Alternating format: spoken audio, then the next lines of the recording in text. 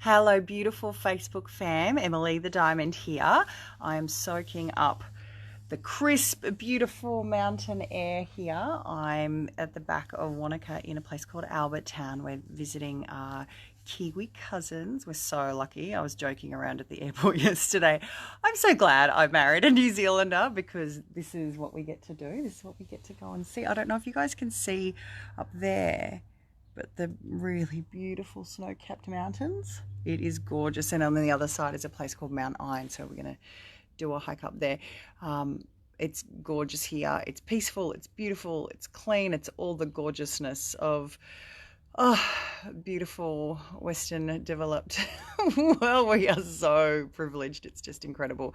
So here visiting my husband's family and getting to have some lovely rest and reflection time. And one of the big sessions that I had before I left Brisbane, one of the big client sessions that I have, was addressing this issue around levels of self-awareness and the real turbulence and difficulty and emotional discord that occurs for us once we start developing ourselves and once we start operating in conscious awareness and knowing the difference between our conscious behavior, our unconscious behavior, what's been driving our behavior, what are the underlying dynamics and contracts and boundary issues that we have with the people in our lives, with ourselves, all these aspects of personal responsibilities.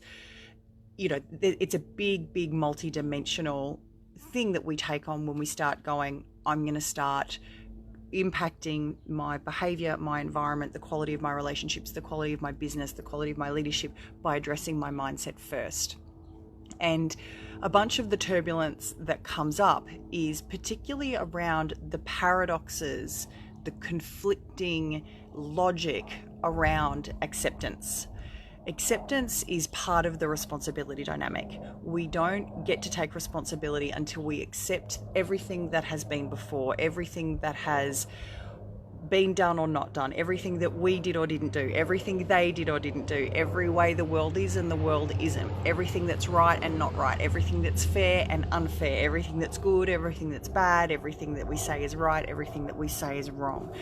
So personal responsibility, the ability to respond to what's happening, that's not called resistibility, it's called responsibility. So we can resist absolutely the past, and that's pretty much the majority of what we're doing all the time. We're looking at the present circumstances, we're looking at our present emotional state, we're looking at our present bank balance or balance sheet for the business, or we're looking at the way other people in our life are behaving or what's going on structurally, systemically in our world, and we look at it and we say that on some level it's wrong, which means we bring resistance. We go, I don't like it, it's not okay. And then in that resistance, it dictates that we have particular perspectives, choices. I've just seen my sister-in-law's cute little dog roll up, so I'm just having a little look at him. I'm distracted by him. So we get a particular repertoire available to us when we bring in the I don't like it, it's not okay, it's wrong, it's bad, it's not fair, it shouldn't be this way, why are people that way, why is life that way, why are humans that way, why are governments that way, why is business that way. And that resistance dictates what our current choices are. So if I'm dealing with that everything up until now, there's a particular choice and I said, well, that's wrong and I disagree with them and I disagree with the way that is and that's wrong and it's not okay and they shouldn't be that way and life shouldn't be that way and relationships should be this way and businesses should be that way, all of those things, then we automatically get a limited frame of reference and a limited set of resources available to us. So this idea of responsibility, like I said, it's not resistibility. As soon as we make any judgment about it being wrong or not okay, we're in resistance neurology. We have a limited repertoire available to us. And what we're really seeking instead is we're seeking responsibility, the ability to respond to what's in front of us right now. That's where our power is, that's where our capacity is. And through years, like I've been doing this for over 16 years now, and the modeling and the research all comes back to, no matter what school of thought you follow, neuropsychological, behavioral, pure psychology, all the stuff around profiling, all the stuff around metaphysics, energetics, conscious, unconscious, all of it comes down to that if we aren't able to respond in the present, yes, here's the cliche, if we aren't able to respond in the present, we never ever genuinely going to break the cycles and create new cycles. Because remember, we've talked about before, there's the really big difference between a breakthrough and breaking a cycle or breaking a pattern. So when we resist what's going on, we're like, no, it's not okay, I don't like it, it's not fair, it's wrong, we get a very limited repertoire from which we can behave, and then that behavior will produce results that are correlated to what we're resisting, which means we perpetuate and maintain what we're not okay with. Even though doing more effort, we're changing a little bit, we're doing something different, it's still in its essence, we're interacting with what we're upset about, what's not okay with us. So the responsibility is where we are able to deal with what's happening right now, which requires this concept of acceptance. And when we're accepting, this is one of the most paradoxical and confusing spaces for us to go through. And this was a big theme in the last session before I left Brisbane. And I wanted to share it with you guys. The paradoxes that come up is, how do I be accepting but maintain standards? How do I be accepting and not put up with bullshit from people? How do I be accepting and maintain boundaries and expectations and set goals? Because technically, if I'm being accepting, aren't I just allowing everything to happen around me? Aren't I just being like, oh, people are that way and that's cool and I'll just let it happen? And that's the answer is absolutely no. Never, never, never. We go from a dichotomy of there's acceptance or there's resistance. There's accepting or there's disagreeing. There's accepting and just people are going to be the way they are. And then over on the other side is setting boundaries and expectations. And when we do this responsibility, what we do is we actually get a bigger perspective. We take you up a higher level. So I like to call it like an umbrella. So we want an umbrella that encompasses both, which is I'm practicing acceptance, which is dealing with reality, dealing with, oh, everything that's happened up until now is what's happened up until now. They did what they did. They didn't do what they didn't do. That person said that. They didn't say this. I did this. I didn't do that. I just didn't do that. I didn't do that, or I didn't do it well, or I didn't get the result I wanted. But all of that work then, you have to be able to, we marry and we sit beside it with, and here's what I expect from now, and here's where I'm going from now. So that emotional charge that we've got active when we resist and we're like, it's not okay, and that's not all right, and it's not fair, that's feedback for us around what we want to do in the future.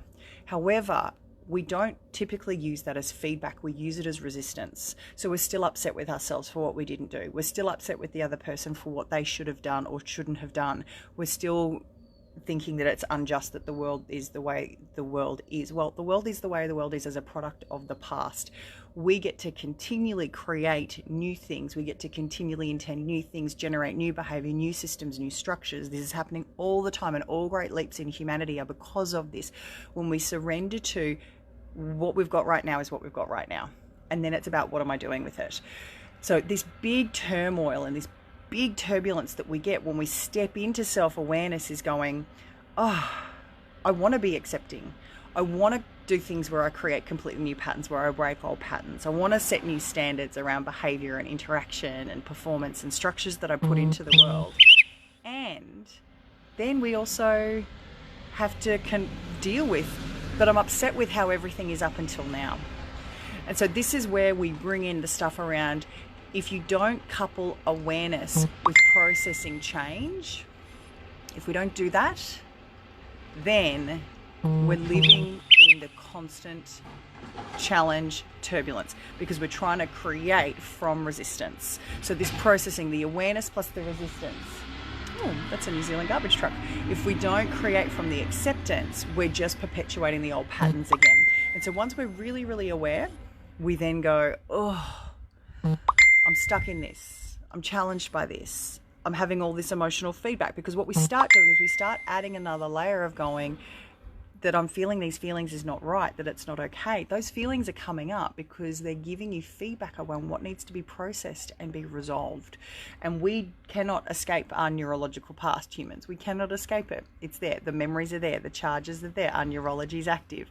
So that processing, and what this client was doing just before I left, is she was processing. She was processing the promises and vows and decisions that she'd made at a younger stage in her life that no longer suited her, that suited her in moments of coping and getting through things and compartmentalizing, but no longer suit her life now. So she's now in that world of, oh, I get to accept everything that's happened and the way people are and the way I am, and I'm getting to set new standards and expectations from now and monitor them from now and implement them from now and encourage that from now and correct from that right now.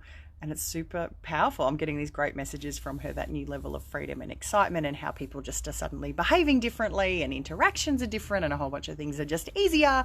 And that's how it's meant to be. That is how it's meant to be.